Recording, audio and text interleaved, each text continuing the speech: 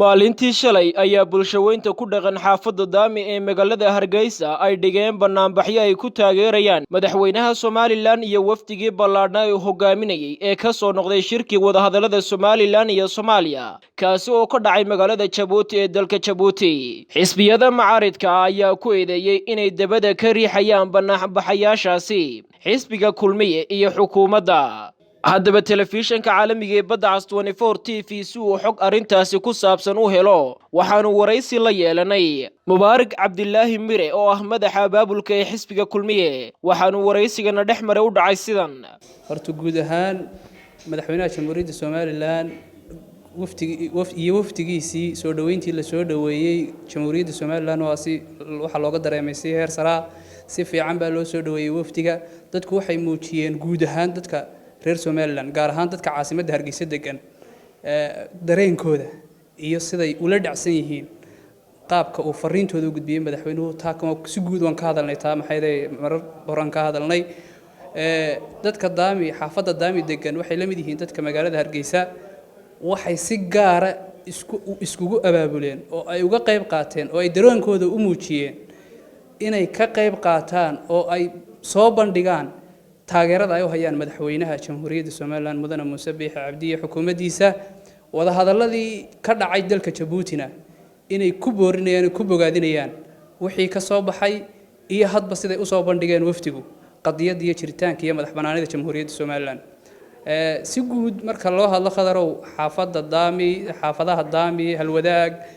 kilalka iyo qoob dameeraad si gaara iyagoo la mid ahaa sida maxay dadku ay isku abaabulayeen iyagoo la mid ahaa haddana si gaara abaabul gaara oo ay dadku dareenkooda ku muujinayaan oo ay wadaniyada iyo maxay jacaylka ay u qabaan xukuumadda iyo xisbiga talada dalka haya kulmiye ay ku muujinayaan ayay ku soo bandhigeen waxaan halkan uga mahad celinayaa gudiyada xaafadda oo iyagu is abaabulay oo iskood isku abaabulay oo dadaalay oo soo bandhigay shucuubtooda iyo dareenkooda soo bandhigay gudiyada xaafadaha kala duwan haday tahay Daami haday tahay halwadaag si gaar ah waxaan ugu mahadnaqayaa gudida xaafadda Daami oo iyagu soo bandhigay wax qurux badan wax dadka jamhuuriyadda Somaliland xukuumadda iyo xisbiguba ay ku diirsadeen ay ku muujiyeen inay barbar taagayeen madaxweynaha jamhuuriyadda Somaliland gudida xaafadda Daami iyo gudoomiyaha xaafadda Daami hor kacayo aad iyo aad bay halkan aan uga faa'iideysanay inuu uga mahad celiyo laakiin xogeeyay waxa la leeyahay xisbiga ee kulmiye ayaa laftirkiisu abaabulka xaafadda qayb ka ah oo soo dabada ka riixay arinta maxaad kaga jawaabsan horta tani wax xisbi gaar ah si gaar ah u khuseeyo xisbiga kulmiye ma wax jiritaanka iyo qarannimada khuseeyo ahayd طبعا xukuumadda iyo xisbigu dadka xaafadda degan xukuumadda iyo xisbiga way taageersan yihiin waxa weeyaa waa dadka ugu maxay ahayd xisbiga ugu taageerada badan leh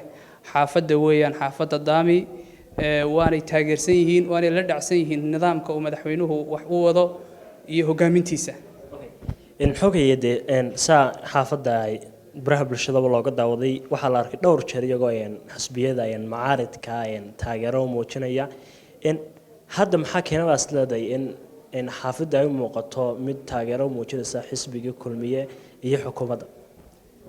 waxa keenay horta dadka xaafadda degani marka horeba kulmiye ahaayeen oo dad xisbiga taageersan iyo xukuumadda xilligii campaign-kana madaxweyne Muuse Biixi taageersanaa bay ahaayeen waxa ka badiyay social media iyo propagandada mas'uuliyiinta xaafadda deganaa xisbiga wadani ka soo jeeday propagandada iyo media iyo dacaayadaha iyo bomboonintaas waxaas suuqa galay laakiin aslan dadku waxay ahaayeen dad maxay ahaydeen kulmiye xisbiga kulmiye taageersan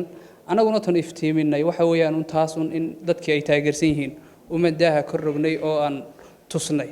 bulshooyinka Somaliland dadka xaafadda degan in dadka xisbiga kulmiye iyo xukuumadda taageersan isku soo wada duubo tan iyo sidii loo magacaabay madaxa maamulka ee xisbiga muxaafidka ee kulmiye injineer Mubaarak Cabdilaahi Mire xaafadda Daami waxa ka socda isbedelo siyaasadeed oo lagu taageerayo xukuumadda iyo xisbiga kulmiye waa Naasir Cabdilqaadir Cabdiwahaab Naasir Talasami badda cas 24 TV magaalada Hargeysa.